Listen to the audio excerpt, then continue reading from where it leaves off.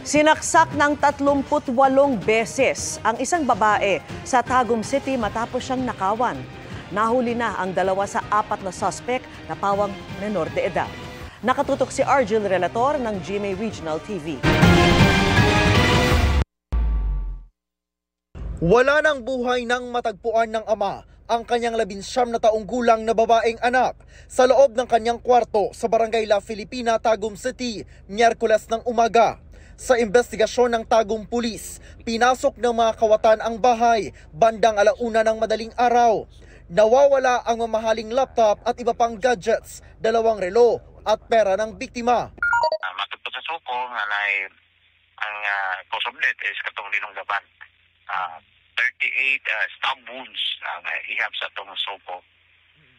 May inungdan sa iyang nanaling kamatayon. Ang focus sa konseptihan doon na po nagpagdag sa may liog niya.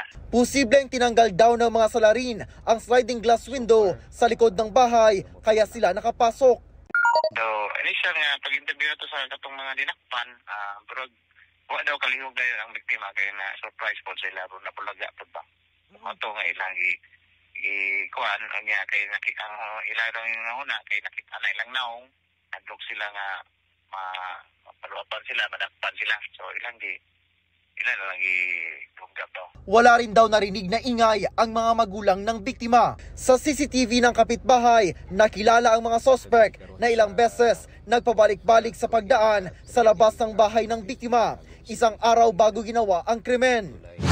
Sa hot pursuit operation, sa tulong ng mga witness, kinagabihan na aresto ang 2 sa 4 na mga suspect na pawang mga minor de edad.